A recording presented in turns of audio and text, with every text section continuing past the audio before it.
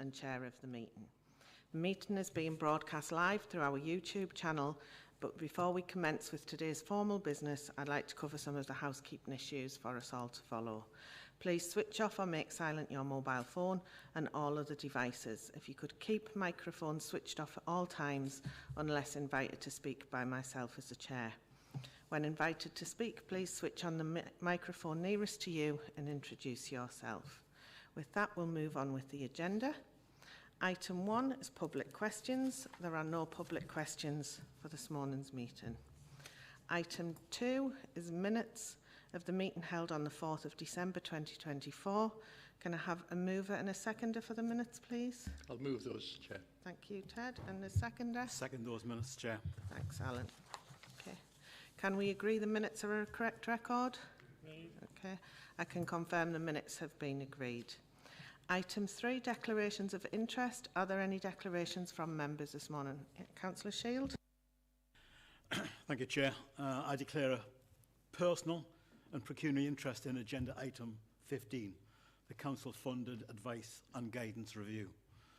As I am a board member of Citizens Advice and also a board member of the Durham Christian Partnership and also a paid employee through their Community Money Advice Service, I will therefore leave the Council chamber and take no part in the debate or discussions. Thank you. Thanks, Councillor Shield. That will move on to item 4, which is a medium-term financial plan 15, 2025-26 to 2028-29.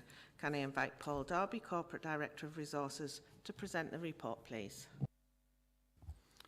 Thank you, Chair, and good morning, members. This report provides the Cabinet with an update on the Council's latest budget and medium-term financial plan and financial forecasts covering the 4-year period 25-26 to 28-29. The forecasts in this report build on those that were set out in the Cabinet reports in September and December as we head towards budget setting next month. The report does not include any new additional savings proposals to help balance the budget, with consultation on the savings that were published in the December report still ongoing. The outcome of that consultation exercise will be set out in the next report that Cabinet will consider in February, when it will make final deliberations on the final budget proposals to put to Council. The report provides an overview of the announcements made in the local government finance settlement on the 18th of December, which has given us some certainty in terms of the funding we'll receive next year, but only certainty for next year only. As part of the local government finance settlement, the Government have confirmed that social care authorities like ourselves are able to and indeed expected to raise their council tax by a core 2.99% and apply an additional 2% adult social care precept next year to help balance the budgets. Our budget and MTFP planning assumptions are therefore being updated to assume the Council applies this in 25-26. The council tax increases in years 2 to 4 of the MTFP planning period still remain in line with the previous published planning assumptions of a 2.99% increase per annum. The Provisional Local Government Finance Settlement has provided the Council with some increases in grant funding next year, though a large proportion of this is specific grant funding that comes with some new spending linked pressures. In overall terms, the Council's grant position is £29.8 million better next year, reducing to £27.5 million better across the 4-year MTFP planning period when we compare with the previously forecast position. There is a detailed overview of the Provisional Local Government Finance Settlement announcements in the body of the report at paragraphs 49 to 57. The financial forecasts have also been updated to reflect the additional work that has now been undertaken to better understand the impact of the changes in employers' national insurance costs, both on the Council as a direct employer and on our supply chain. And unsurprisingly, those revised additional cost pressures have pushed up the budget pressures in our MTFP. There are a range of specific grant-funded expenditure items, as I've referenced, that have been needed to be factored into the 25-26 budget. They're offset by new specific grant funding. The most significant of these relates to waste collection and disposal, which will be funded from the new Extended Producer Responsibility Grant, and additional investment in our Children Looked After prevention agenda. The budget pressures linked to financing of the current capital programme from required new external borrowing has had to be increased in the latest set of estimates based on an expectation that interest rates on that borrowing will be higher than previously anticipated. We've included a time-limited investment in the transformation programme in 25-26, which is then withdrawn in 28-29. In overall terms, the budget pressures we need to accommodate in 25-26 have had to be increased by 27.9 million, reducing to 25.1 million in net budget increase across the MTFP planning period. At paragraph 58 to the report, there is a detailed overview of the updated forecasts and the budget and MTFP planning assumptions in terms of additional budget growth items that have been factored in. The most significant area of budget pressures and growth relates to children and adult social care placements, alongside provision for unavoidable pay and price inflation and capital financing costs to fund the current and future capital commitments. The updated MTFP forecasts are set out at Appendix 2, and at Appendix 3 there is an MTFP model that shows the incremental changes between these latest forecasts and the forecast that was set out in December. On the basis of these updated forecasts, the Council will now be faced with utilising around £3.2 million of MTFP support reserves to help balance the budget next year, and faces a budget deficit of around £45.8 million over the next 4 years. The required use of reserves next year assumes that all of the £18 million of budget savings that are currently being consulted on are ultimately approved and taken next year. The overall position next year and across the MTFP planning period has improved on the position we reported in December, or should I say it's less worse than what we set out in December, as we still face a significant budget gap and significant challenge next year and in the years to come. This is largely as a result of the additional social care precepting powers and an expectation from government that the Council applies that next year. It would be my advice as Section 1151 officer to the Council that the Council applies this instead of relying on reserves to balance the budget and help meet the costs of adult social care. Members should note that the budget deficit in 26-27, once the 25-26 use of reserves unwinds, is £23.3 million.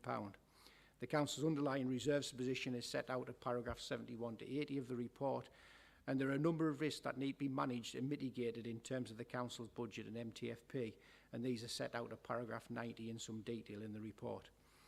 Whilst the provisional local government finance settlement has provided the certainty we need to help finalise the budget proposals for next year, there is a significant risk and uncertainty beyond 25-26.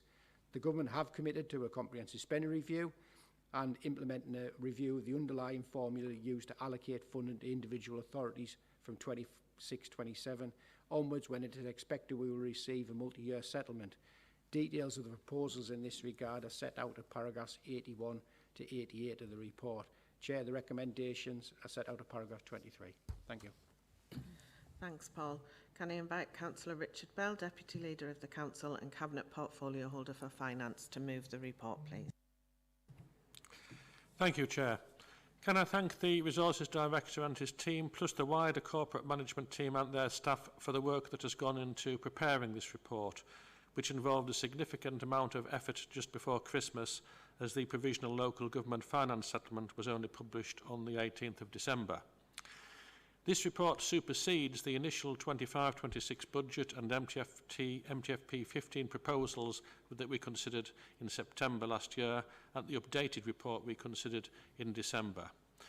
The report sets out detailed updated estimates of the cost pressures we will face next year that will need to be accommodated in the budget, the additional council tax raising powers we will have next year, where we are being encouraged to apply a 2% adult social care precept on top of the core council tax increase of 2.99%, and details of the grants that we will receive. Since the last report, officers have had the chance to fully digest the impact of the increase in employers' national insurance costs, both on the council and on our key contracts, such as the fees set by our adult social care providers, in home-to-school transport and for looked-after children placements. Unsurprisingly, the impact is estimated to be £7.7 million higher than the initial high-level estimates that were included in the December Cabinet report. The figures included in this report are now based on a 2.99% increase in core council tax next year, plus a 2% adult social care precept, with the MTFP predicated longer term on a 2.99 increases in council tax only per annum in the last 3 years of the forecasts. The updated budget and MTFP planning assumptions are set out in some detail in the report and show the significant challenges we continue to face in balancing the books. The report sets out that despite the additional grant funding being made available next year, compared with our previous MTFP planning assumptions, and despite factoring in the adult social care precept, the Council still has a significant funding gap next year of some £21.2 million. The savings we are currently consulting on would close that gap to around £3.2 million, and that is the drawdown from reserves we are faced with having to use based on these forecasts, assuming all of those savings being consulted on are ultimately taken. This will be decided at Budget Council in February. The updated figures in this report include provision for the unavoidable increased inflationary pressures we face from national living wage increases and the employers' national insurance cost increases, which will have a significant bearing on our adult social care contracts in particular. As one would expect, the cost pressures in adult and children's social care, which are by far the largest budgets the Council has, are enormous. The cost pressures in these two areas, excluding pay inflation, total £34.5 million next year. The additional social care grant we will receive next year is £13.9 million, meeting only 40% of the unavoidable cost pressures we face. The revenue that can be generated from the adult social care precept is around £5.8 million, so even with that included, the cost pressures in our adult and children's social care placements budgets is £14.8 million greater than the additional funding and additional council tax we will receive next year, which is in part is due to our low tax raising capacity. In overall terms, the report indicates that we face spending pressures totalling around £85.8 million next year, £27.8 million higher than what was set out in the December updated report, though £12 million of this is linked to specific grant-related expenditure that is offset by additional grants, so the underlying position shows an increase in pressure of £15.8 million. The December report included some indicative high-level assessments of the impact of changes to employers' national insurance. More detailed work, including market engagement with social care providers, has since been undertaken to inform the revised assumptions. The 18th of December settlement provided some clarity on the funding we will receive next year to compensate us for these additional costs. The new recovery grant given by government is welcomed, and the methodology used to allocate this will be wholeheartedly supported in our response to the consultation on the settlement. However, the withdrawal of the services grant is disappointing, and in particular the reimbursement levels and distribution methodology for the compensation for the impact of the increases in employers' national insurance contribution costs falls some £3.5 million short of the costs we will incur for our directly employed workforce. This failure to reimburse the full cost of the national insurance settlement is the major disappointment of the financial settlement. Pay inflation is still estimated to be 3% next year. Given that every 1% on the Council's pay bill is broadly equivalent to the income we can raise from a 1% increase in council tax, this alone swallows up all of the additional revenue generated from a base council tax increases. Pay is negotiated nationally, so we have no control over what is a significant element of our budget. The report shows that the cost pressures we face continue to significantly outstrip our local council tax raising capacity and the additional funding we are receiving from government, requiring the Council to use £3.2 million of reserves to balance its budget next year, albeit this is a lower level than what was set out in the previous report in December. Consultation on the new savings proposals that were set out in the December report, which totalled £15.8 million over the next 4 years, with £14.7 million considered achievable in 25-26, is drawing to a close, and we will consider the feedback and make final decisions on what to put to Council next month in the February Cabinet report. The budget deficit next year is around £3.2 million, assuming all these savings are taken, and nearly £46 million in total across the MTFP 15 planning period.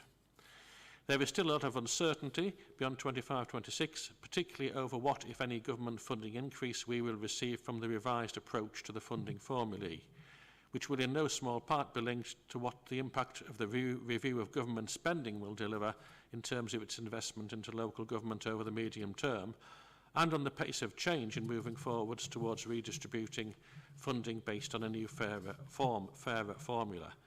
Put simply, we hope to expect a bigger slice of what may be a smaller cake. This uncertainty continues to make medium-term financial planning very difficult. The Council and the whole sector need a multi-year settlement and some certainty over the medium term so we can plan effectively. As has been said, as things stand, next year we face a budget deficit of 23.3 million. There will be a further final report on our 25-26 budget and MTFT plans presented to Cabinet in February, where we'll need to make final decisions on the proposals to put to Council on the 19th of February. We will need to continue to be flexible in our approach in terms of planning for the next 4 financial years so that we can continue to support residents in County Durham in the best way we can. And we will continue to lobby government and fight our cause for a fairer deal in terms of additional funding to offset the pressures we face due to our low tax raising capacity and from the higher needs and cost pressures we face compared with many other areas. We must all recognise that this may require some difficult decisions to be made and that the Council will need to transform the way it delivers its services to meet these financial challenges, as without significant increases in government funding, there will undoubtedly be significant impacts on frontline services unless things change. The updated budget proposals include some time-limited investment in the additional capacity that will be needed to deliver our transformation programme aspirations. This will be an invest-to-save investment with savings expected to be generated and able to be included in the future from the work that will be undertaken. Government is clearly expecting local authorities such as ourselves to increase council tax by a total of 4.99% next year to help fund local services and in particular social care. If we do not apply the maximum increases, which has been shown are more than justified in terms of the unavoidable cost pressures we face, then we will lack any credibility with government in lobbying for more funding or for a greater share of what funding is made available to the sector. The budget forecasts included in this report show a need to use 3.2 million of our MTFP support reserve to balance the budget next year. Using this MTFP reserve in the short term only buys us some time to develop savings proposals that will minimise as far as possible the impact on line service delivery and help us balance the budget on a more sustainable position. Clearly, using reserves long term is not sustainable. With that, Chair, I'm happy to move the report and recommendations as set out in paragraph 23. Thanks, Richard. Can I add my thanks to those of Councillor Bell, to Paul and his team for this report. A lot has changed since the previous report we considered at Cabinet on the 4th of December, and whilst the overall position has improved, this is largely down to the Government once again passing the burden of balancing our budget onto local taxpayers. Government announcements and reports have hardwired the assumption on councils maximising their council tax raising powers into the core spend and power calculations and expect councils to apply these increases in order to help balance their budgets. Government and indeed the external auditors would raise questions if a council was not applying increases in council tax when there was a clear need to do so. The updated forecasts set out in this report clearly identify there is a clear rationale for applying these increases in order to help balance our budget and protect vital services. The cost pressures we face next year, particularly in adult and children's social care, are simply eye-watering. They are costs linked to meeting statutory service provision to vulnerable people, and there is nothing we can do but accommodate these increased costs in our budget. The growth we need to put into our budget for these two areas alone totals £34.5 million, placing a massive squeeze on the budgets available for other services. To help meet these rising costs, the Government is providing us with an increase in social care grant of £11.98 million and has provided the ability, with the clear expectation of applying a 2% adult social care precept next year, which would generate an additional £5.8 million of council tax revenue. Whilst the underlying position has improved once we factor in the additional council tax from the adult social care precept and the additional grant we will receive from the recovery grant, we cannot balance a budget next year and will need to utilise £3.184 million of reserves. The required use of reserves to balance the budget next year assumes all of the £18 million of savings proposals we are currently consulting on ultimately are agreed and taken.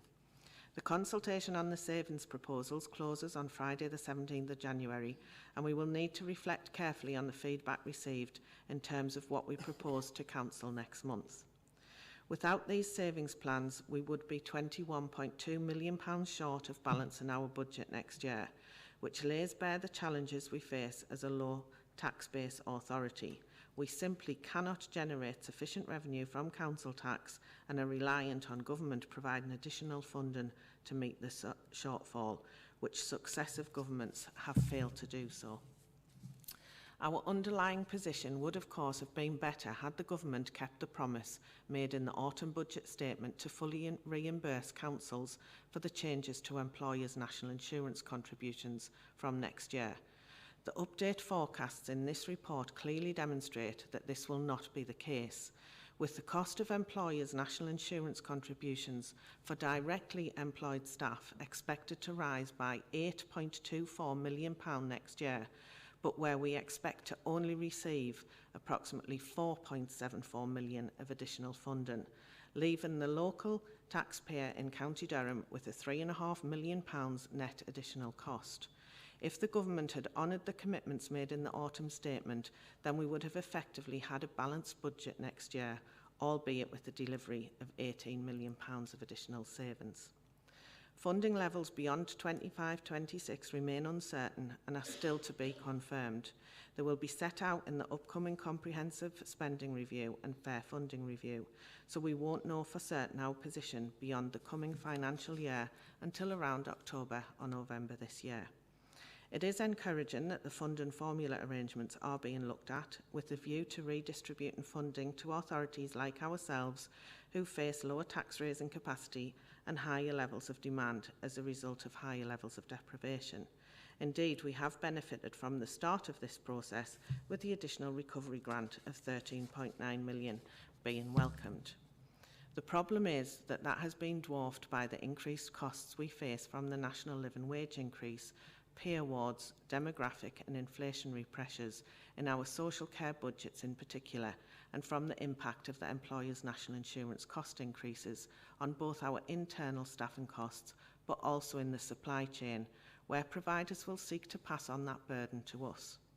The forecasts in this report show that we will have a funding gap of around £3.2 million next year and around £45.8 million over the next 4 years, assuming the council tax is increased in line with these planning assumptions and that all savings proposals that are being consulted on are ultimately taken. All members have a legal and fiduciary duty to facilitate the setting of a balanced budget. We simply cannot avoid the difficult decisions that are needed to balance the budget, and we cannot succumb to the temptation to just use reserves to push away the problem and avoid the difficult decisions that are needed. It is a significant source of concern that based on these budget forecasts, the Council would be facing a budget deficit of £23.3 million in 26-27. We have all read with interest the media coverage of the escalating government debt and the precarious state of the national finances. We are aware that government departments have been tasked with making cuts as part of the upcoming Comprehensive Spending Review, which doesn't exactly fill us with a great deal of optimism in terms of prospects for significant increases in government funding next year and beyond. Rather, it seems to indicate a return to austerity, if anything. We will continue to lobby government directly for additional financial support and hold them to their commitments to implement a fundamental review of the local government finance system, including how authorities are compensated for low council tax raising capacity, as the current system significantly disadvantages places like Durham and is unfair and needs addressing. With that, I'm happy to second the report. Is there anyone else wishes to speak to the report? Councillor Shuttleworth. Just a brief comment, Chair. I wasn't going to say anything, but just in relation to the national insurance that we haven't been refunded, we haven't been given. They made it quite plain in the budget that the government were not going to affect the ordinary working man by doing this, and such as Greg's having to put the sausage rolls up by a few pence. It's going to affect every working man in the country and in the county. I don't think it's fair and I don't think it's right. Is anyone else wishes? Yeah, Councillor Will. Thanks, Chair.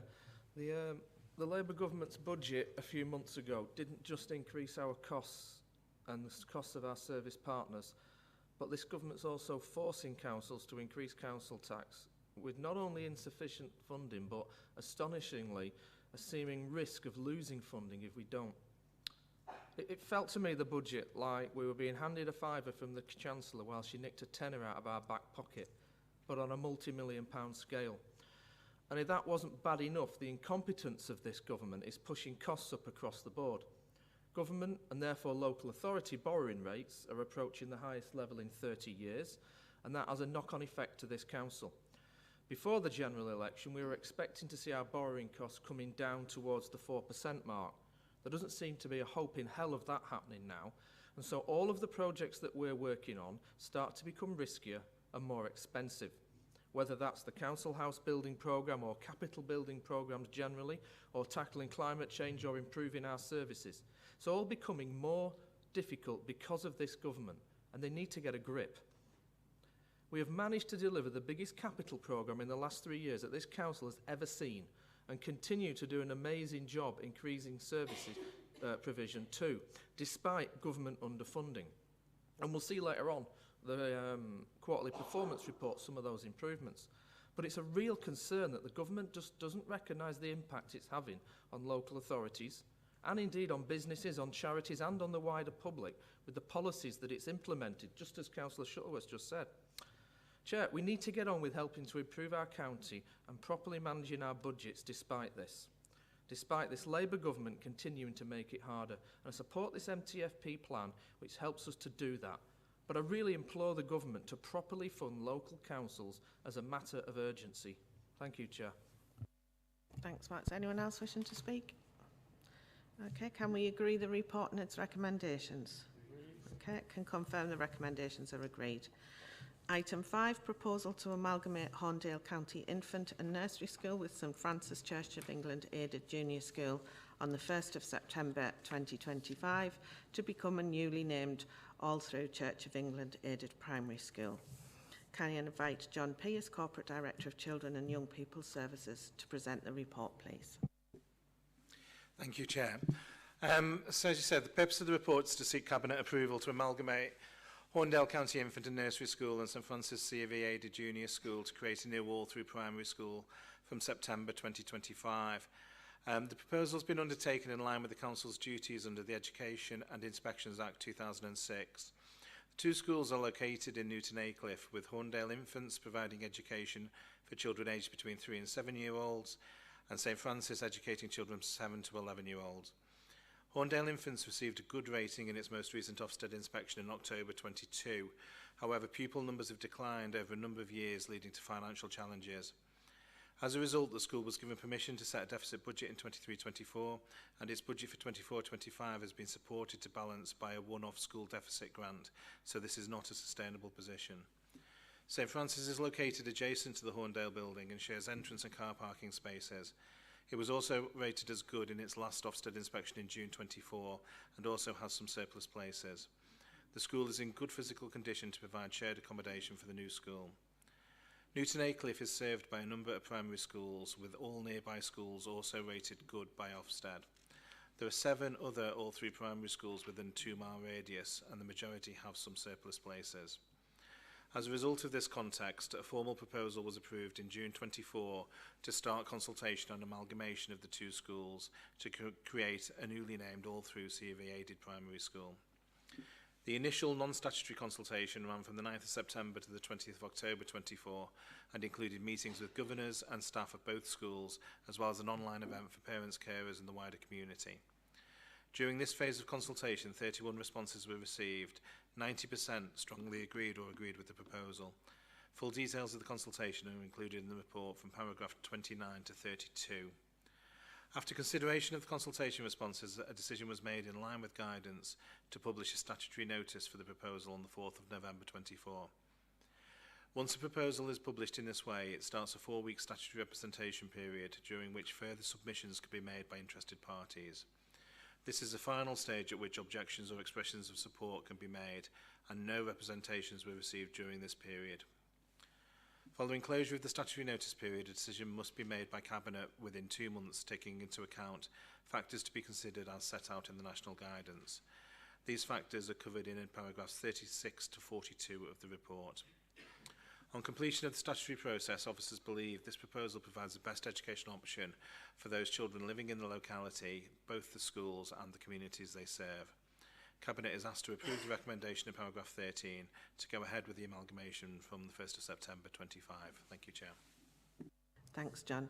We've received one question in relation to this item from Councillors Eddie Adam and Jim Atkinson. Can I invite Councillor Adam to ask the question, please?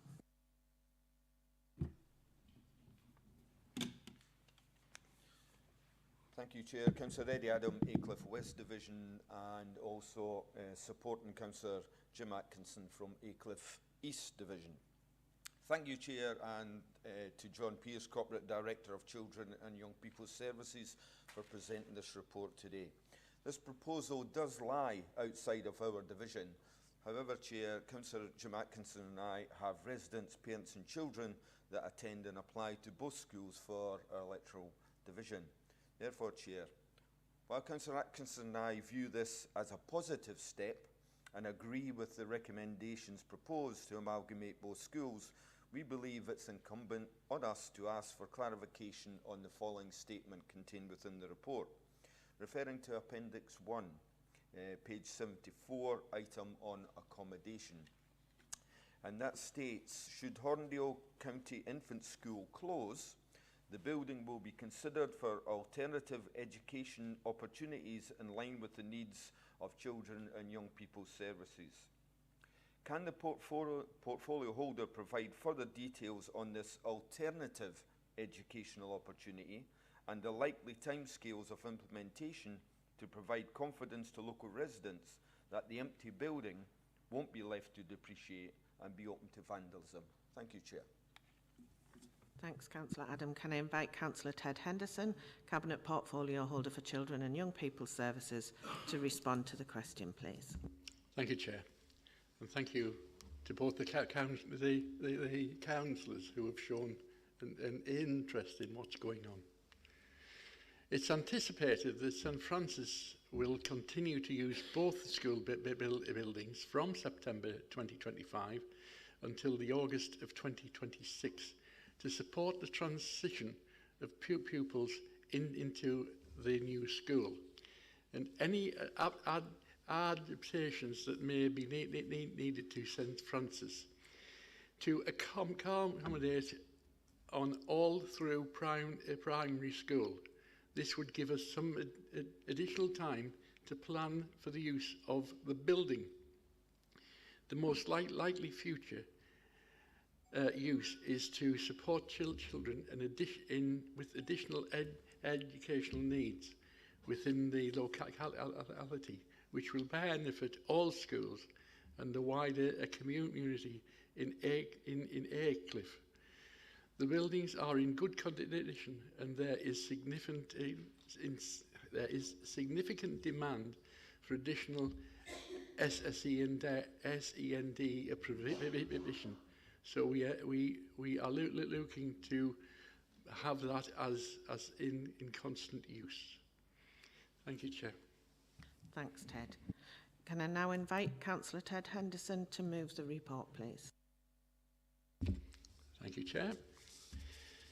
Right, the report confirms that the proposal to amalgamate Horndale County's infants and nursery school and St Francis Church of England Junior School will have a positive impact for the pupils, the families and the community.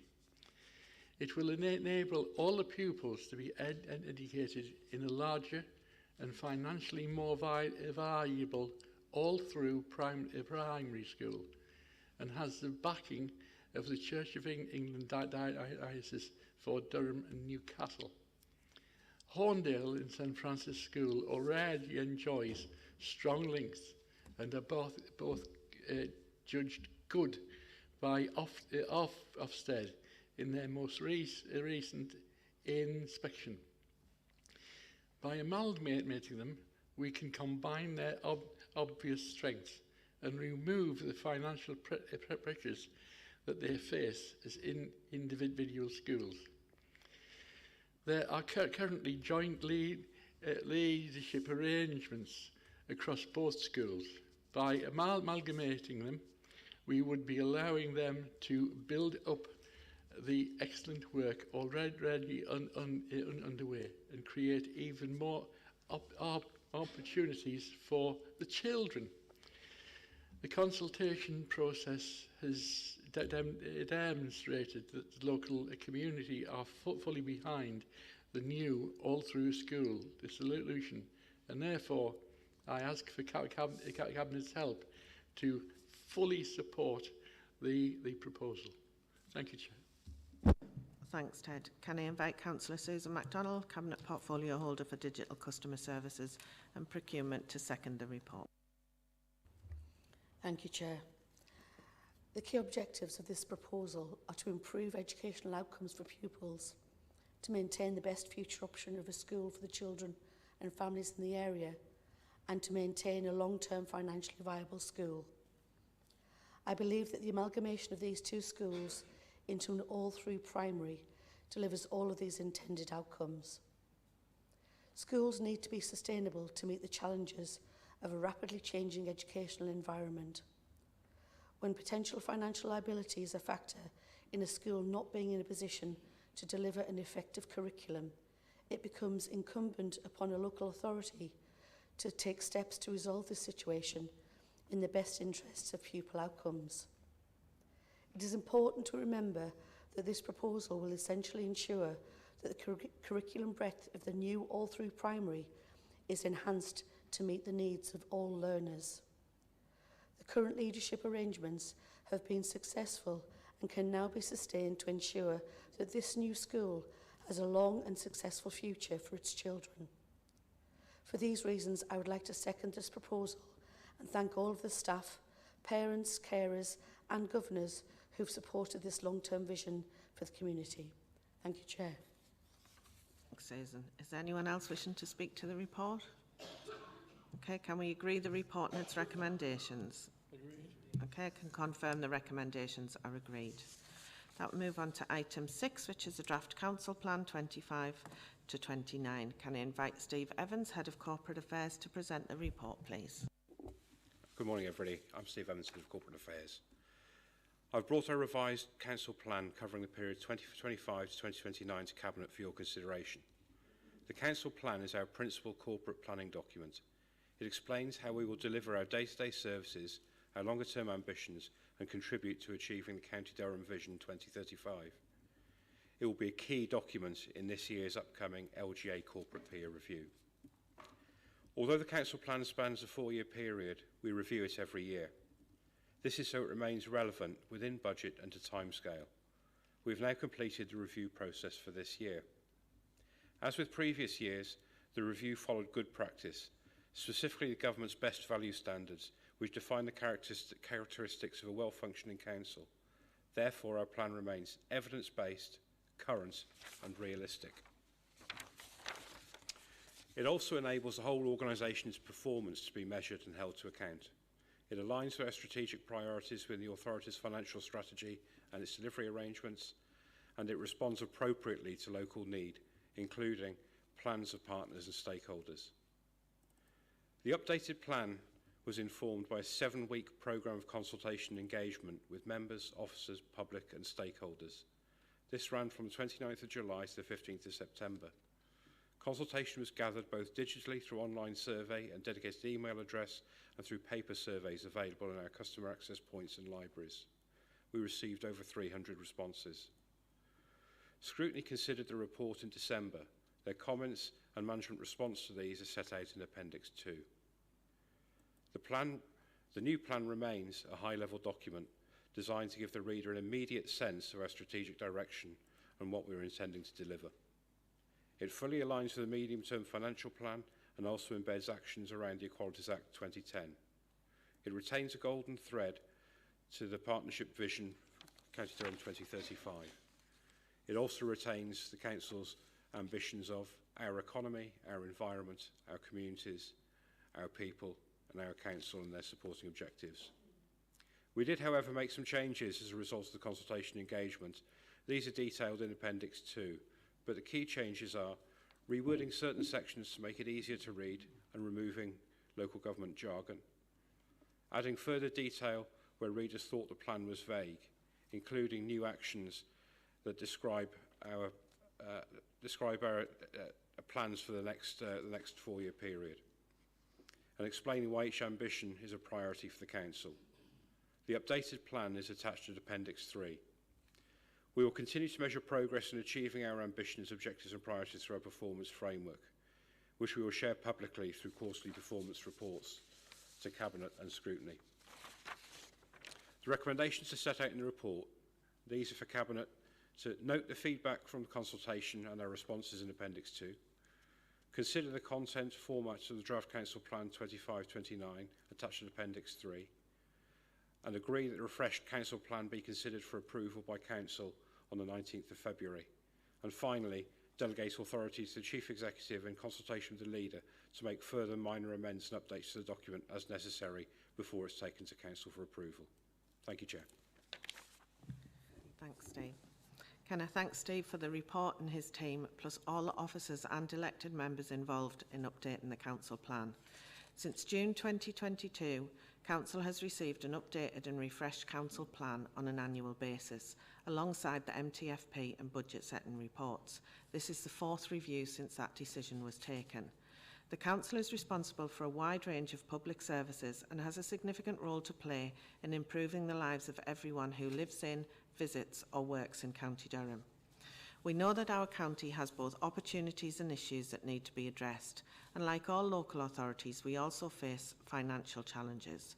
It is therefore vital that we set out our strategic direction and priorities that will enable us to use our finances well and deliver the best possible services locally. Many of our issues cannot be solved by the Council alone, and as such, this administration recognises the critical importance of working in partnership with others across the public, private, voluntary and community sectors. This is why the Council Plan also sets out our part in delivering the County Durham Vision 2035, which was developed in partnership. The updated Council Plan covering the period 2025 to 2029 does not and could not include a list of everything we do, so it is underpinned by a wide range of specific strategies and service-specific action plans. That said, as a direct result of the consultation, this year's plan does provide more detail about what the Council is going to do to achieve its ambitions. Our focus as a Council remains steady, and as such, like last year, the plan sets out our ambitions to support our economy, our people, our environment, our communities, and to further improve the efficiency and effectiveness of our Council for everyone's benefit.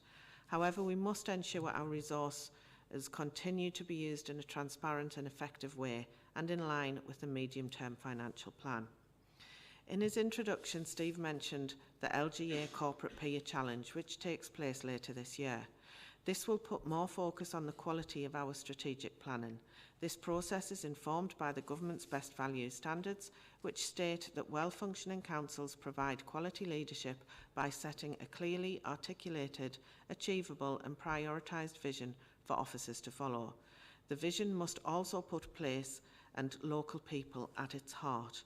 This plan does that and therefore sets out how we intend to drive forward improvements across our county. Over the last year, this administration has focused on delivering things that matter to local people and local communities, and we have achieved a lot. But as a council, we will face ongoing challenges in 2025, driven by increasing demand for council services, whilst resources remain scarce. As such, we must prioritise, allocate resources carefully and ensure we deliver. This plan provides the common denominator for those functions. With that, I move that Cabinet notes the report and its recommendations and endorse that the report and plan are presented to Council to approve on the 19th of February. Can I invite Councillor Richard Bell to second the report, please? Thank you, Chair. Can I also thank the officers and all those who have contributed to the work to refresh the Council Plan before us today. The focus on plain English and the presentational style mean that it is easier to read and digest than in previous years, which makes it more understandable to the communities we serve. I'm pleased to note on that basis that the Council has clearly listened to the views of our communities and local businesses who found it easier to respond. In seconding the report, I would emphasise that the Council plan is a high-level summary of the actions being taken by the Council. Details of how the priorities will be delivered is contained within supporting Council and partnership strategies and Council service plans. However, supporting strategies are named within the plan, and anybody wanting further information can access it using the hyperlinks or alternatively by contacting the Council for accessible versions. The Council plan we consider today sets out the actions that we will take and lead on to take us forward. It is aligned with the medium-term financial plan and supports the County Durham Vision 2035. As well as looking forward, the plan also sets out clearly the achievements of the Council, which are all directed at supporting the people and communities of this great council to flourish. With that, Chair, I second the report and move the recommendations. Is there anyone else wish to speak? Oh God, I've got a flurry of hands. I've got Councillor Shield and then Councillor Scott. Thank you, Chair. I just want to take one snippet from this well-documented plan, and that is something that was just mentioned by Steve Evans, the characteristics of a well-functioning authority. And I make no apology for making this statement. This has been part of my mantra as a Cabinet member for some considerable time. The corporate plan is intelligence and information-led. It is evidence-based, enabling focused decision-making, ensuring that the whole organisation's performance is monitored, measured and held to account. The Council has complete, timely and accurate data and the skills to interpret to make those informed decisions. There are clear and effective mechanisms for scrutinising performance across all service areas, with performance being regularly reported to the public to ensure that citizens are informed of the quality of services being delivered. Excluding the repeated political soundbites from members of the opposition, the evidence, let me repeat, the evidence clarifies that we are by no means a coalition of chaos, but members of a well-functioning authority. I suggest that those outspoken opposition members should acknowledge the renowned proverb that people in glass houses should not throw stones. Thank you, Chair. Councillor Scott. Thank you, Chair. Yeah, Cabinet Member for Economy and Partnerships. Our economy and the progress that County Durham has made under this administration really is cause for celebration. With over 20 million visitors and a value of 1.23 billion last year in our tourism sector, up from under $1 billion when we started, shows that we've put County Durham on the map and cast off the backward-looking rhetoric that dominated before us. We have strong economic foundations in financial technologies, space, advanced manufacturing and green industries. We've created 8,000 new jobs and have 13,000 more people in work. Our relationship with our global university is stronger and more strategic than ever, and we're working with partners in a meaningful way to fulfil our ambitions. So what to the future? We need to attract even more businesses and jobs to our strategic employment sites where demand is already high. We need to develop the major economic opportunity, which is the Durham Innovation District. We need to enable the supporting infrastructure, including that for tourism and business, to see our vision realised. Thank you. Thank you. Councillor Shuttleworth. Thanks, Chair. I just want to say this report recognises that infrastructure is a key part of the success of communities. I'm pleased to see that the need for a well-maintained highway network comes out through the consultation as a clear message from the public. We have continued to work hard during the past year to deliver this for County Durham, and once again we've managed to be above the average in the whole country for the condition of our classified roads. This goes alongside additional investment to address potholes and resurfacing, but we've done more in that the restoration of the historic Baileys in Durham City, for example, shows how infrastructure can be about more than just travel and convenience. It can serve and reflect our culture and our heritage. and also the restoration of the historic Walton Bridge on the North Yorkshire border next in Teesdale is another example of this. The additional investment in our public rights of way is paying dividends, helping people gain access to the countryside and green spaces for recreation and active travel. We've won awards and delivered projects to help clean up our streets and open spaces, including the recent Chewing Gum Fund and the specialist cleansing that we've carried out on the pavements in a number of our towns and villages. We have been trailblazers in our work to help to develop a carbon-neutral surface material, with the first net zero road being laid in our county, just on the other side of town here. The plan also recognises that our rural communities need to be sustainable while retaining their distinctiveness. This cuts across many of our services, and the rural nature of the county needs to be built into all of our plans, and it's encouraging to see it is referenced so explicitly in this document. Chair, I fully support the report. Thank you. Thanks, John. Councillor Wilkes. Thank you, Chair. This plan is thoroughly welcomed, and I thank the officers for all the work that they've done to produce it. It's an important document for the Council and for the County, setting out our direction and approach for this upcoming important period up to 2029. And the next 5 years is an important period for the Council and the County. It takes us just 1 year short of our carbon reduction target year of 2030. The plan must therefore work in lockstep with our climate emergency response plan and alongside our other crucial environmental plans, such as the local nature recovery strategy and our ecological emergency response document, to deliver on our green ambitions. We are making very good progress, but as we see in the new year of 2025, the challenges remain. 2024 was the warmest year on record, and the real impacts of climate change on people around the world and here at home are accelerating, as we've recently seen so tragically in Valencia, in Los Angeles, and here at home in England with increasing flooding events. It is encouraging to see the prominence of environmental issues have been given in this revised plan, even compared to previous versions. It's essential that we get this right for the benefit of the people of County Durham.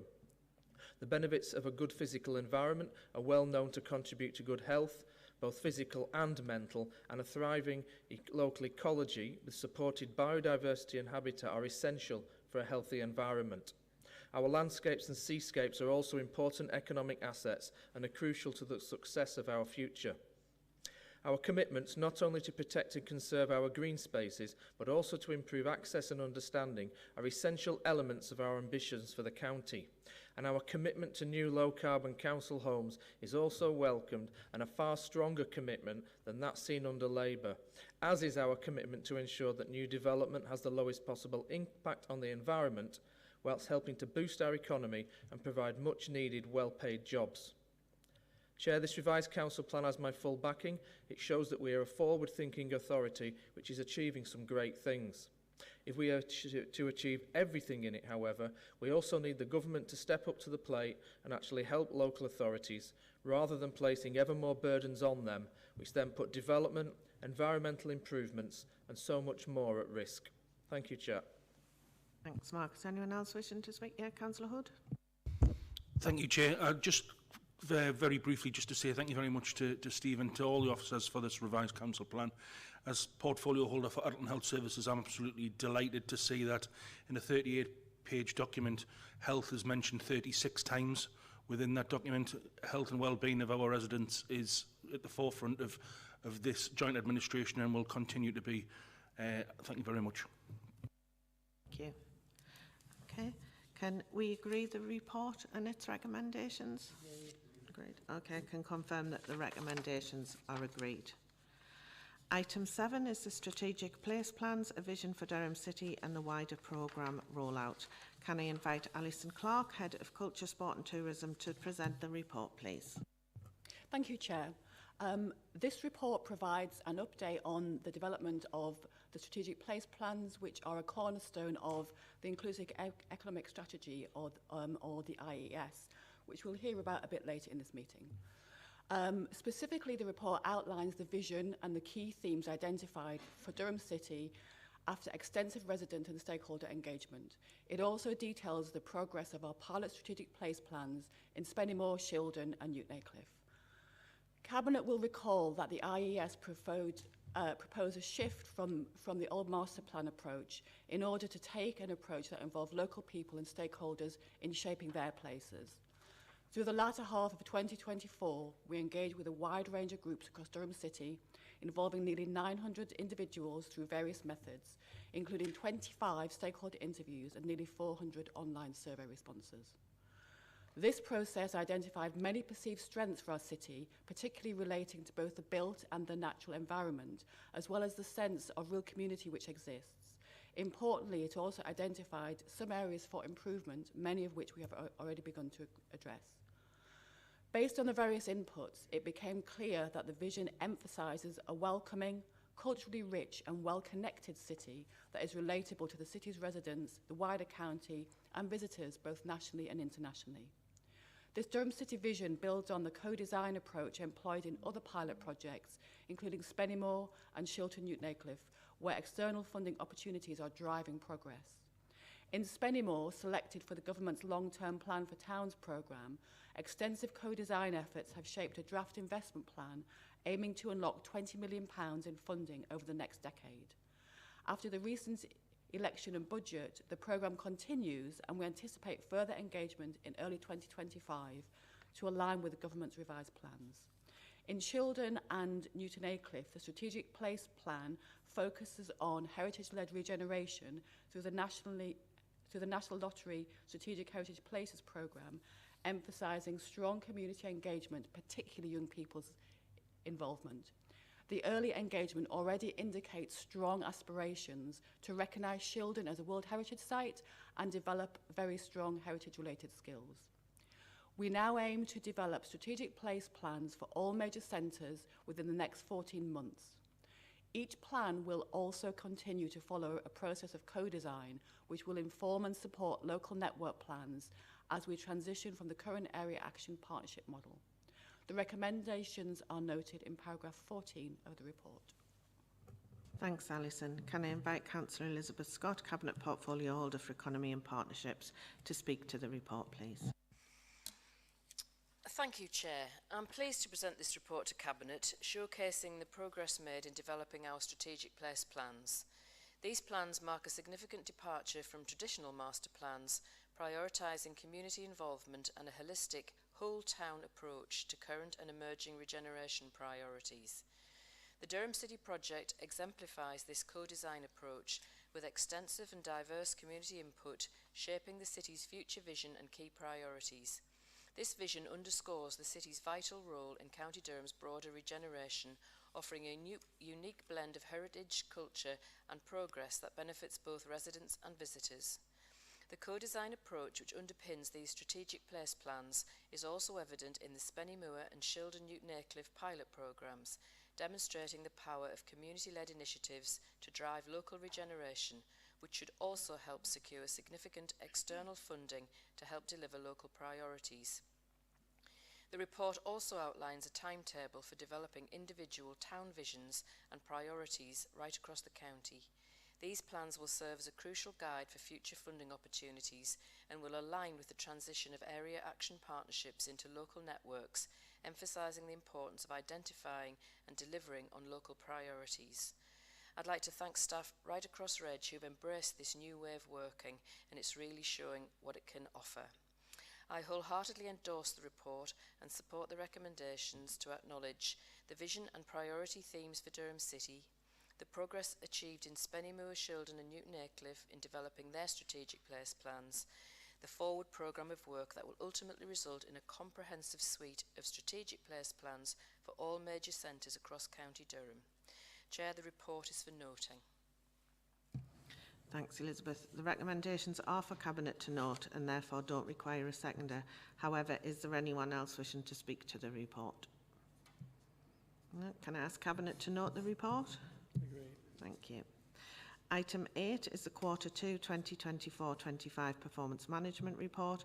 Can I invite Steve Evans to present the report, please? Thank you, Chair. This report sets out details of progress towards the targets and outcomes set out in the Council Plan 2024 to 2028. Our plan aligns with both the medium-term financial plan, which sets out how our priorities will be resourced, and our County Durham plan, which is a partnership plan for the county. The performance report presented today sets out progress against strategic ambitions and objectives outlined in the plan through a range of key performance indicators contextualised with benchmarking data from similar authorities and information from service teams. This includes a range of service level dashboards and a supporting narrative providing a clear golden thread between the priorities of this Council and the performance of operational services. All information in the report is reflective of the position as of the end of Q2, that's the end of September 2024. Overall performance remains strong across all key areas, both in terms of progress against strategic objectives and when benchmarked against our peers regionally and nationally. Importantly, strong performance continues against our statistical near neighbours, and that's other authorities with similar characteristics to that of County Durham. As members will appreciate, this is a considerable achievement in the face of inflationary and demand-driven pressures over the last few years. Whether areas of performance are falling below our expectation, we are aware of them and have improvement plans in place. These are referenced within the report. The main performance report is attached to Appendix 2, and the executive summary pulls out some of the key highlights. Greater details contained within the chapters which are linked to the ambitions of the Council plan. The performance data presented here will be reported to the thematic overview and scrutiny committees in the coming weeks, where there will be a chance for more in-depth analysis of the Council's performance and for them to feed back. Cabinet are asked to note the content of the report. Thank you. Thank you, Steve, and thank you to your team for this detailed and comprehensive update on our performance against our priorities as set out in our Council plan. This report provides continued insights into how we are dealing with the many challenges that face us and other local authorities up and down the country. The transparency of our strategic planning and performance management arrangements is welcome and something that this administration continues to champion. I'm also pleased to note the feedback from our residents and customers in this report. Notably, this Council continues to deliver strong performance. We are a large organisation providing a broad range of services. Our operating environment, which can be challenging, is heavily influenced by many factors including inflationary, demographic and demand pressures.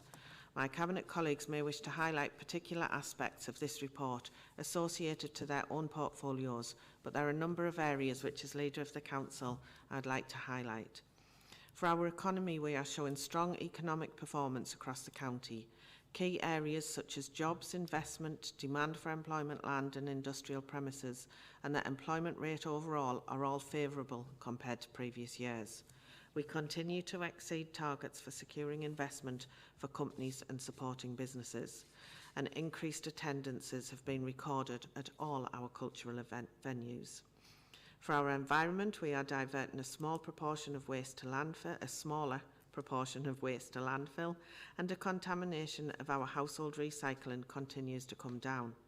We are building with regional partners a new energy recovery from waste facility which will meet the future needs of the county.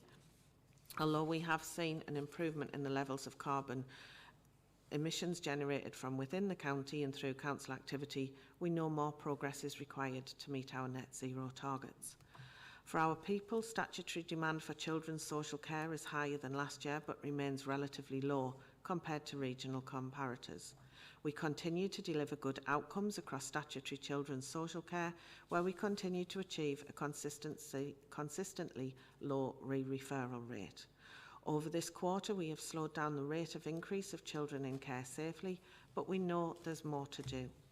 Our sufficiency and commissioning strategy continues to deliver against its objectives, opening more of our own homes to help mitigate against ongoing challenges in the sector experienced locally and nationally. We have improved our processes and increased our capacity in our SEND service, which has in turn improved timeliness performance. We expect this improvement to continue throughout the remainder of this financial year. Similar to many other areas, demand for education, health and care plans continues to be very challenging, and we continue to work with schools and families to provide support within the system. I am pleased to note that independently assessed quality of social care in County Durham is very good, and a high proportion of our care homes and community-based providers are rated either good or outstanding. For our communities, reports of fly tipping remain low, environmental cleanliness is high, and more long-term properties are being brought back into use. The overall crime rate in County Durham has fallen and compares favourably with many council areas in the region. Bus patronage and punctuality continue to improve, and we continue to work with other councils across the region to implement the North East Bus Service Improvement Plan. Progress continues in our selective licensing scheme, with 58% are fully licensed or have legal proceedings instigated against those that avoid taking part. Homelessness outcomes improved this quarter, but we continue to see more people presenting as already homeless to our services, providing significant challenges. Again, another widespread problem for many local authorities. For our council, our scheme to identify children eligible for free school meals and auto-enrol them directly with their school has been highly successful, and indeed has been picked up as an exemplar and applied in lots of other areas now across the region and the country. As a result, in County Durham, over 2,000 eligible children have been identified, potentially saving parents around £450 a year. This increase in eligibility has a positive impact on school budgets, with a direct increase in pupil premium funding of around £3 million, plus further additional income from mainstream funding. We are continuing to provide much needed support to our most vulnerable residents through our financial support schemes, one of only a few authorities which offer support of this type and to this extent. Satisfaction with overall service delivery remains high. Most service requests meet or indeed exceed their performance standard, and we are receiving fewer complaints. There are a range of other areas to note which are summarised in the executive summary of the main performance report in Appendix 2, paragraphs 4 to 52. Greater detail is contained within the respective chapters and dashboard. With that, I'd propose that Cabinet note the report. As the report is for noting, there is no seconder required. However, is there anyone else wishing to speak on the report? Right, I've got Councillor Shuttleworth. Yeah, thanks, Chair. It's always a comprehensive full report, and thanks to Steve for that. It's full of useful data and the outcomes of the hard work of our council officers and partners in the county. My thanks go to this team and all the hard work that goes to bring this together. I'd just like to highlight some of the issues relating to the community safety. It's encouraging to see some positive trends in the report and can see instances of both antisocial behaviour and recorded crime reducing in this quarter, but we can never be complacent. In the work we do alongside the police and fire service in this area, our recent efforts have clearly been effective, and through the governance of the Safe Durham Partnership, our antisocial behaviour strategy now has multi-agency support and is being implemented through the delivery group with communities across the county. Antisocial behaviour is often identified as one of the priorities of neighbourhoods. We have increased our enforcement activity against rogue traders and those retail establishments who choose to break the law selling age-restricted products to minors, who by doing so are endangering our young people.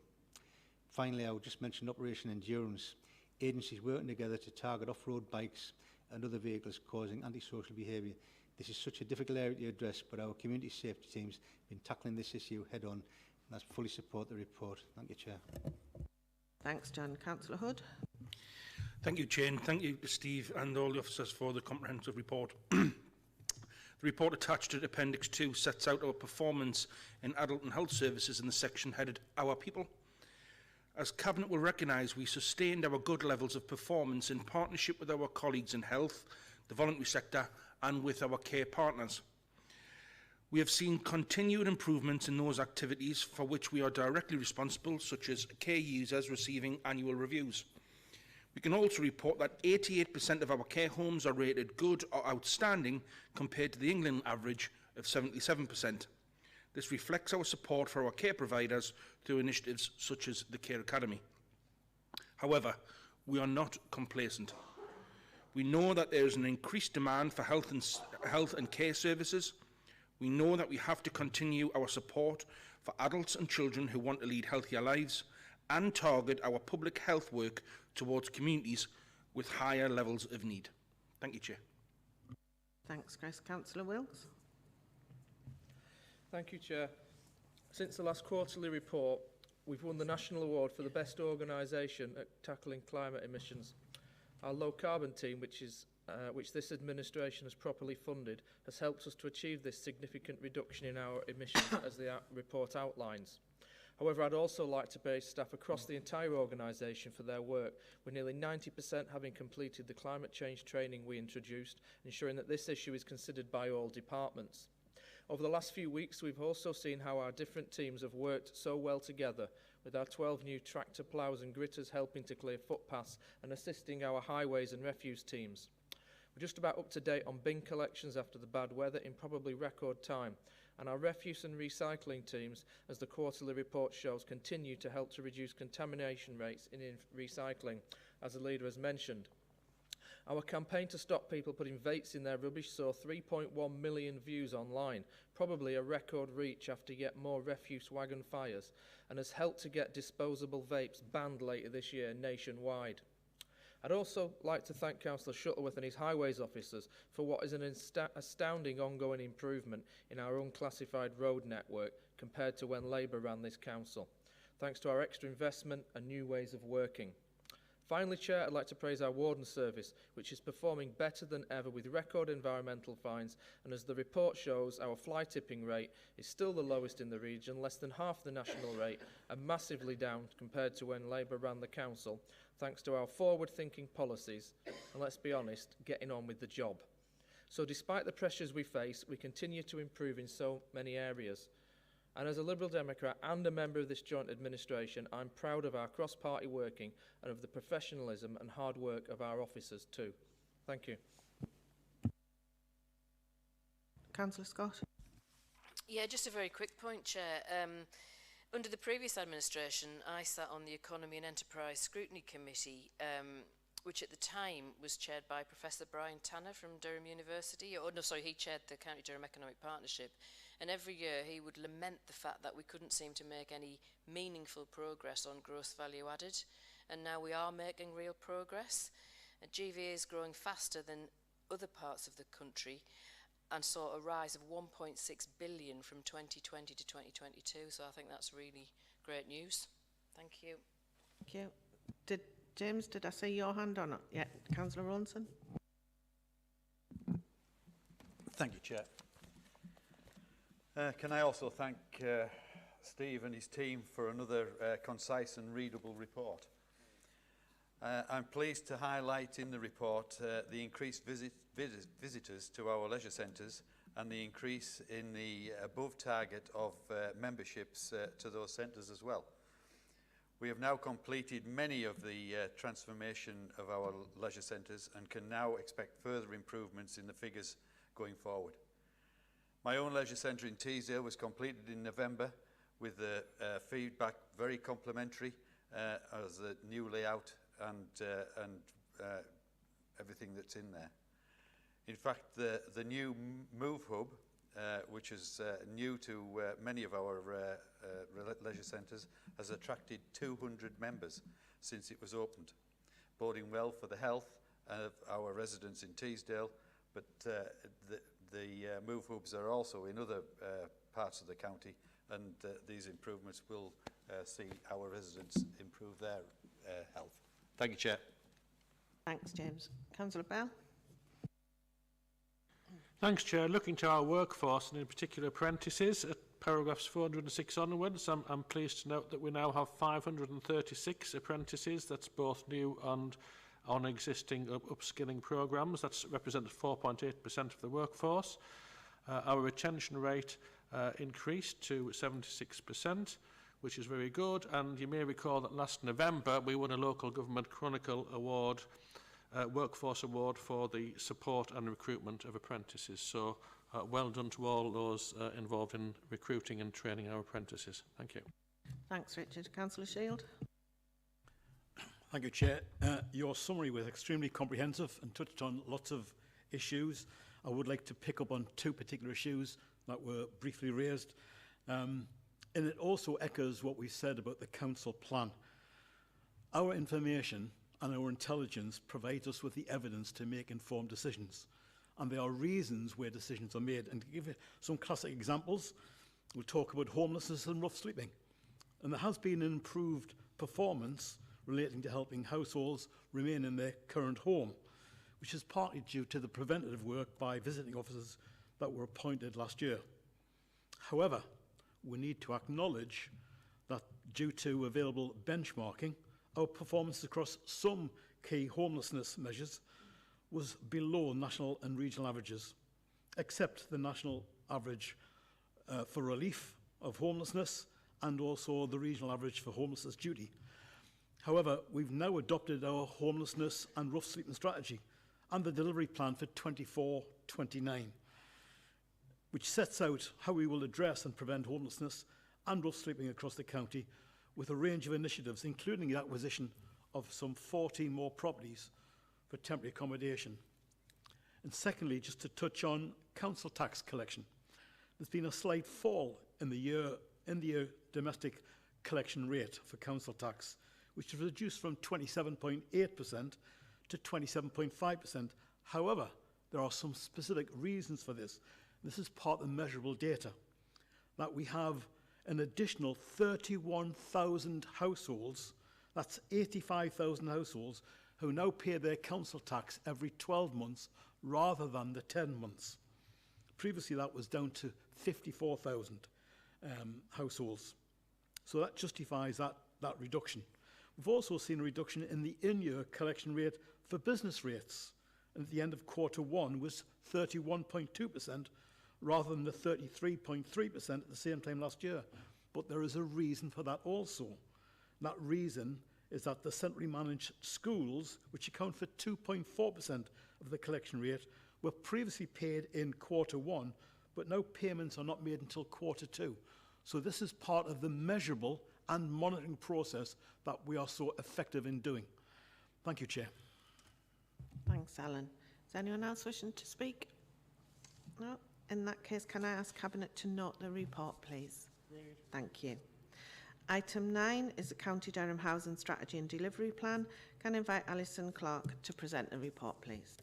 Thank you, Chair. The purpose of this report is to seek Cabinet's approval to recommend that County Council agree the adoption of the County Durham Housing Strategy.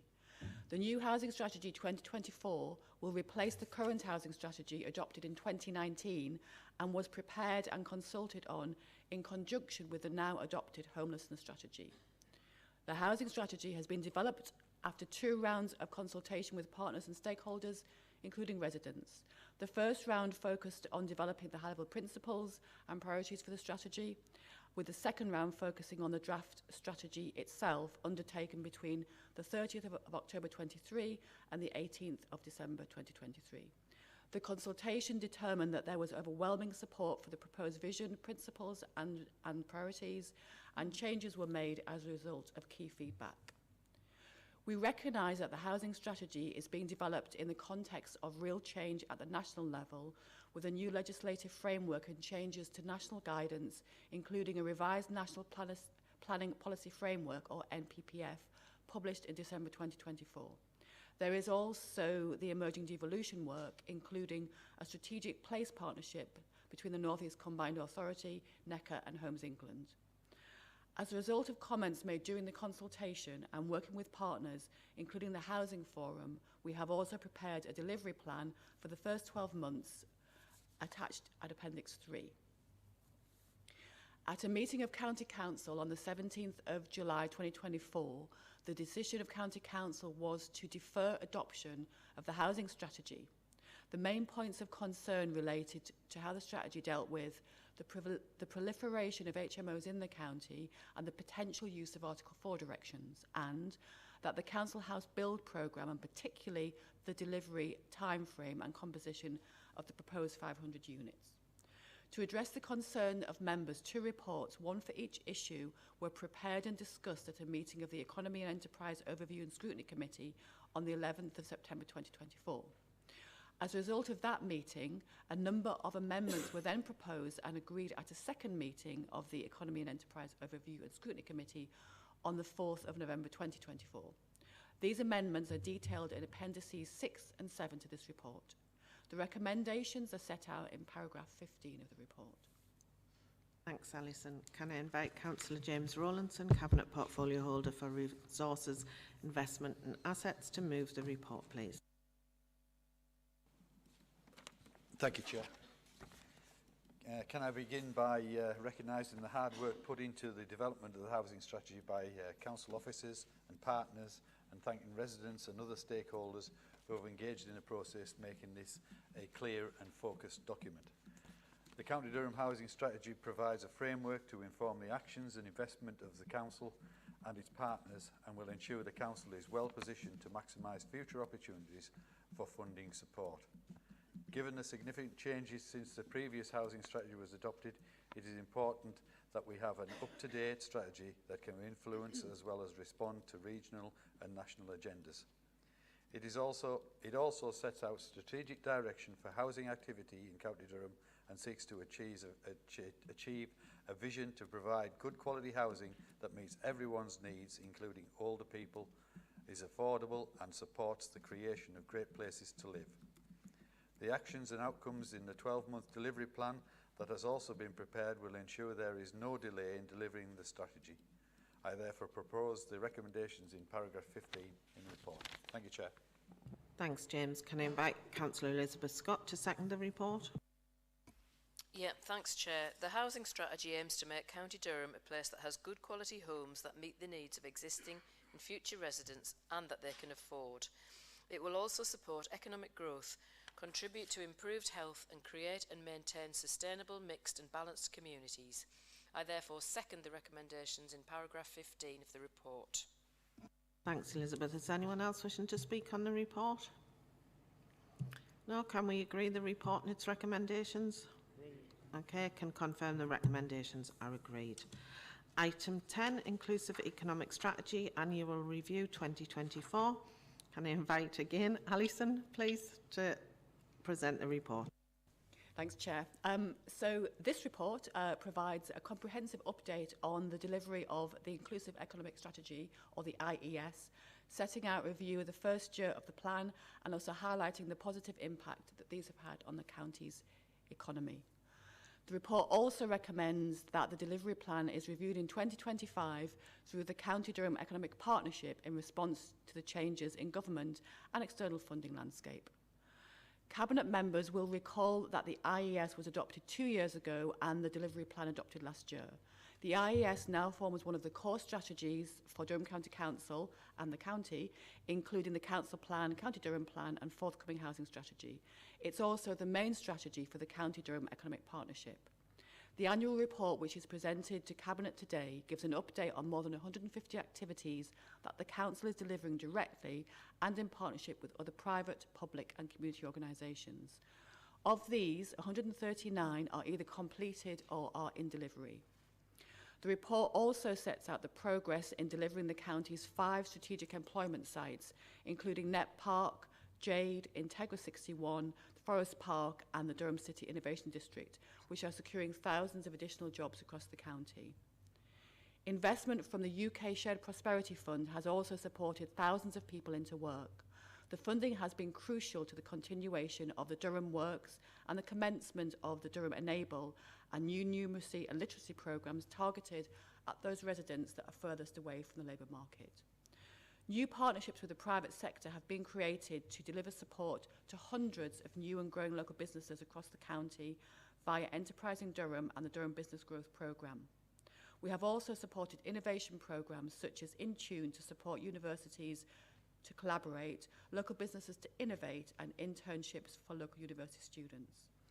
We have also supported the expansion of our visitor economy, now valued at more than £1.23 billion per year, with the opening of the Story and improvements to locomotion, to Raby Estates and Beamish. The IES also led to the development of a really high quality investment pitch book to help us speak ambitiously to external investors, showcasing the breadth of opportunities across the county through major investment events such as UK Reef and MIPIM.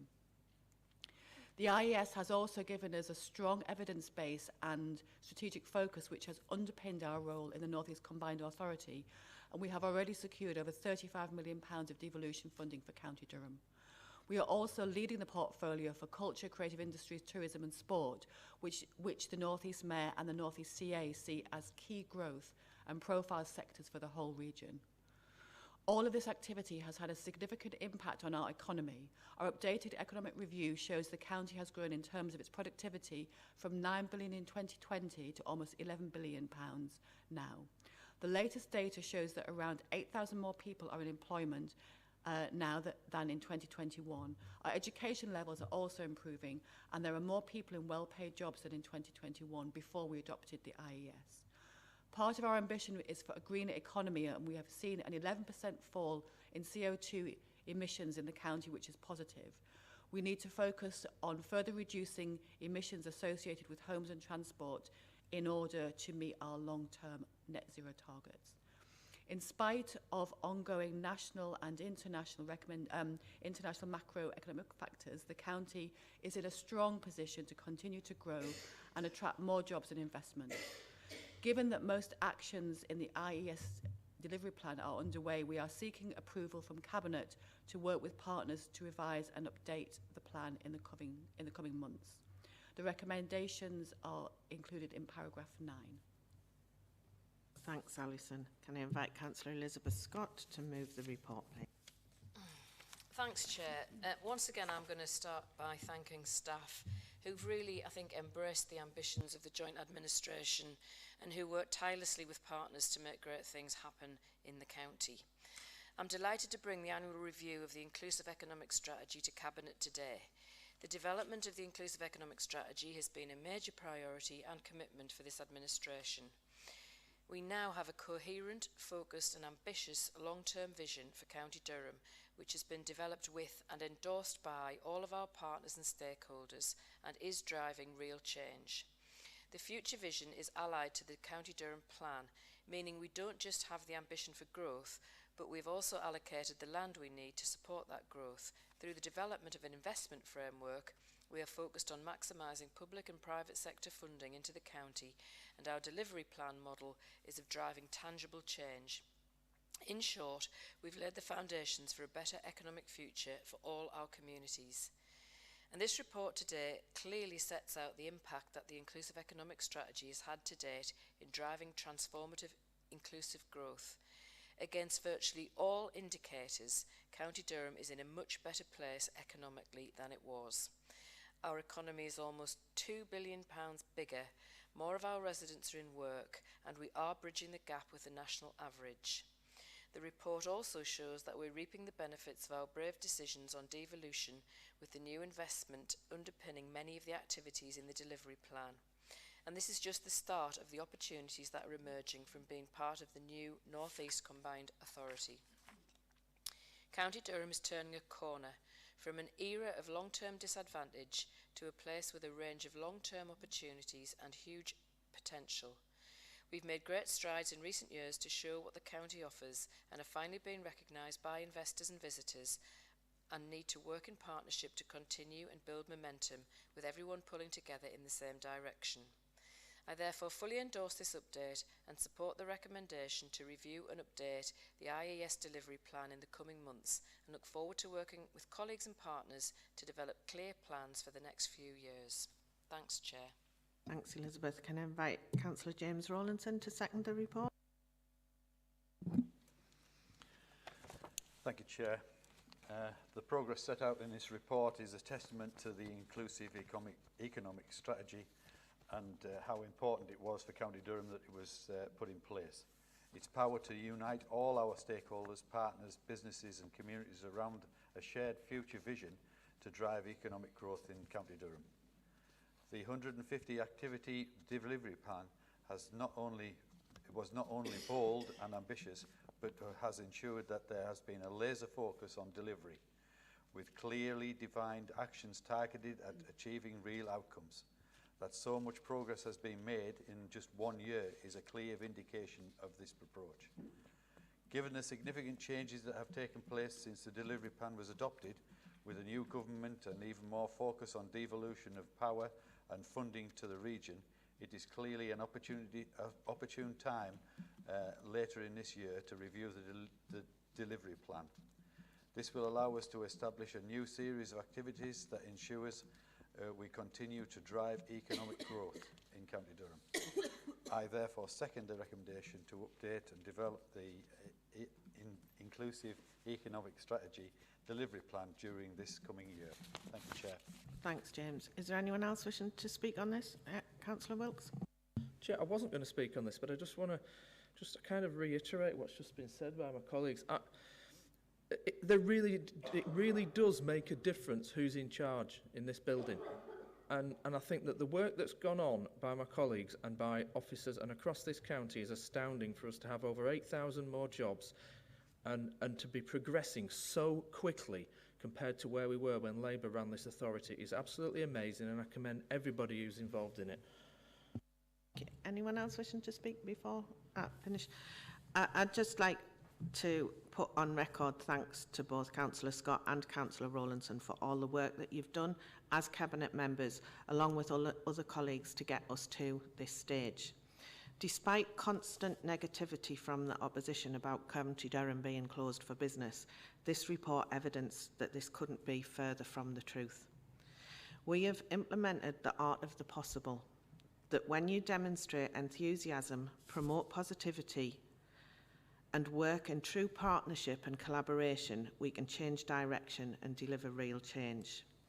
Finally, as two officers depart for pastures new, I'd like to place on record our thanks to Amy Harhoff, the Corporate Director, and Andy Kerr, the Head of Economic Development, who were instrumental in delivering this. And I'm sure there will be an amazing asset to the two organisations who have employed them in more senior posts. So thank you. With that, can we agree the report and its recommendations? Okay, I can confirm that recommendations have been agreed. Item 11, Continuous Improvement, Best Value and Corporate Peer Challenge, Self-Evaluation and Action Plan. Another tongue-twisting title of a Cabinet report. Can I invite Steve Evans again, please, to present the report? Thank you, Chair. This report sets out the Council's approach to continuous improvement. The purpose of the report is threefold. First, to provide a summary of the Council's approach to continual improvement, particularly in relation to recently reallocated best value standards. Second, to inform you about our participation in the Local Government Association Corporate Peer Challenge, which is scheduled provisionally for week commencing the 6th of October 2025. And thirdly, to update you on our preparations for this challenge, alongside our self-assessment against the best value standards. Durham County Council is committed to maintaining its strong reputation for delivery and performance, much of which you've heard about this morning. Our effective governance allows us to be confident in our operations, whilst our focus on continual improvements ensures that we are not complacent. We adhere to best value standards set by the government, ensuring our operations are efficient, effective and economically sound. We also welcome external evaluations and peer reviews from organisations such as the LGA and CIPFA, as well as those of regulators like Ofsted and CQC, which enable us to benchmark our standards against other councils. It is worth noting that our performance has been assessed as strong in all of these areas by all of these organisations. Collaboration is also a cornerstone of our approach. This is demonstrated by our active participation in the County Durham Partnership and our alignment to the County Durham Vision 2035. Our strategic planning framework, which includes the council plan and various supporting strategies, ensures that our objectives are clearly defined and integrated throughout the whole organisation and with partners. Despite facing financial challenges which are being addressed in our medium-term financial plan, we have a proven history of robust financial management and positive audit outcomes. Our substantial capital programme includes initiatives such as leisure transformation and the development of an innovation district aimed at attracting quality jobs. We have enhanced our corporate performance reporting and engaged in self-evaluation process aligned with the newly launched best value standards. This includes preparing for a corporate peer challenge to gain further insight and support from our improvement efforts. While we're confident in our performance, we remain vigilant and committed to continuous improvement, ensuring that we meet the evolving needs of our communities and uphold the highest standards of public service. The recommendation is for Cabinet to note the report. Thank you. Thanks, Dave, and thanks to you and your team for the report. I also want to put on record my thanks to the work of officers from across the whole of the Council and their dedication to ensuring this Council continues to perform strongly. I'm delighted to speak to you today about our Council's unwavering commitment to continual improvement. Durham County Council has always prided itself in being a high-performing organisation, and our dedication to evolving and enhancing our services is a testament to this. We understand that maintaining our high standards requires constant vigilance and a proactive approach to identifying areas for improvement. Our adherence to best value standards is a crucial part of this process. By rigorously testing ourselves against these standards, we ensure that our operations remain efficient, effective and economically sound. This commitment not only helps us deliver the best possible services to our community, but also reinforces our accountability and transparency. I am particularly pleased to highlight our upcoming participation in the Local Government Association's Corporate Peer Challenge. Having recently been involved as a peer on an LGA Corporate Peer Challenge myself, I can personally endorse the immense value of this approach. There is no doubt in my mind that it provides a robust framework for self-assessment, and the external evaluation will offer us invaluable insights and constructive feedback from our peers. This process is instrumental in helping us celebrate our successes and address any areas where we can improve. In conclusion, I am confident that our proactive approach to continual improvement, combined with the insights gained from the Corporate Peer Challenge, will enable us to maintain our high performance and continue to meet the evolving needs of our community. Cabinet asked to note the report, so there's no requirement for a seconder, but would anyone else like to speak? Councillor Bell?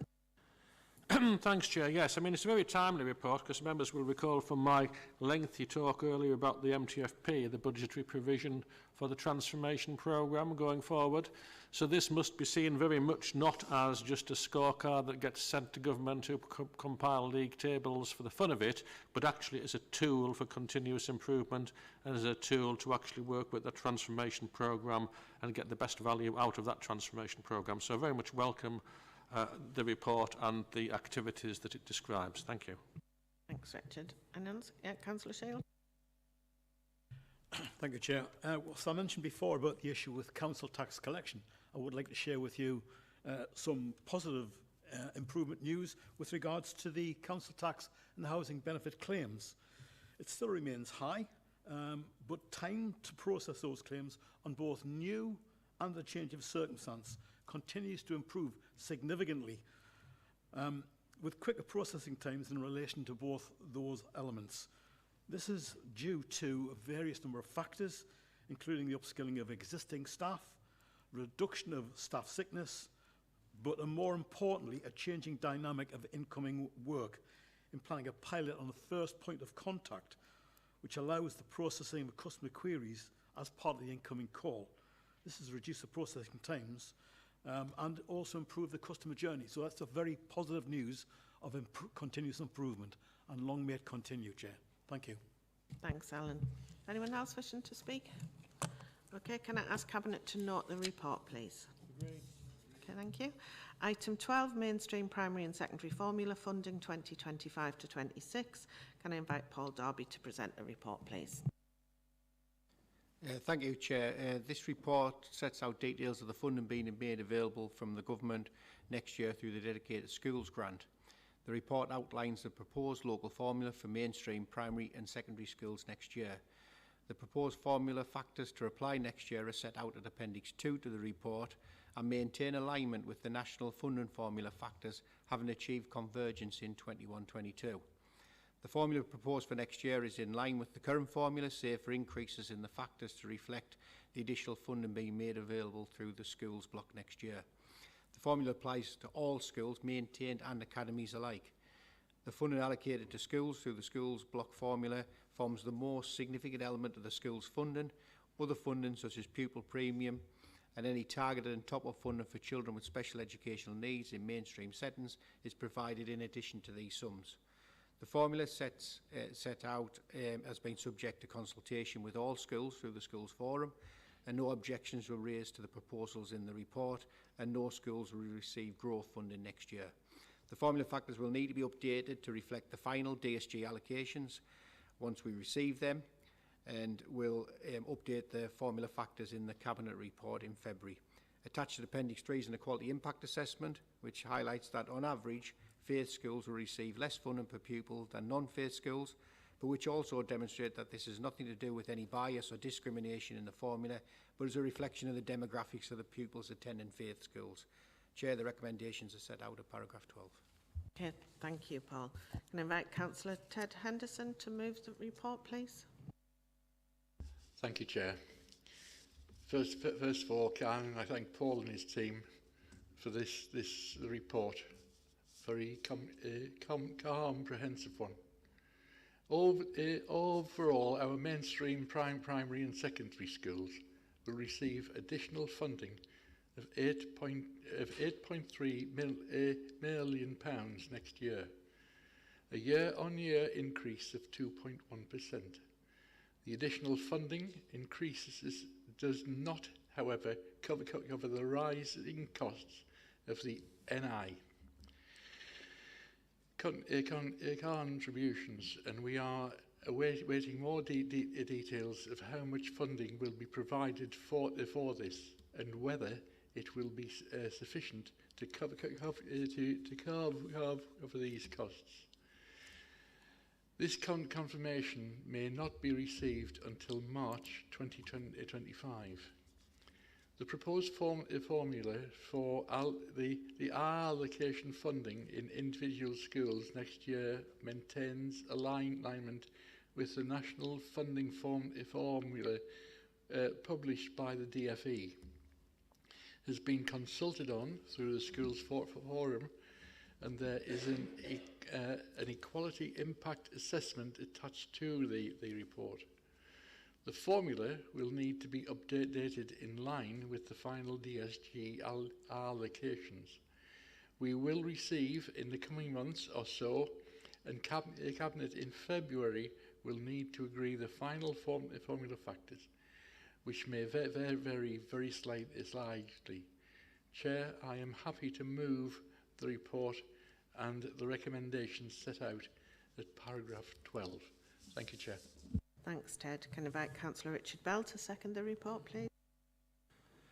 Thanks, Chair. Our local formula is already aligned with the national funding formula and has been since 21-22, with this alignment being recognised by the Department of Education. So in that respect, the proposals in this report do not represent a significant shift year on year.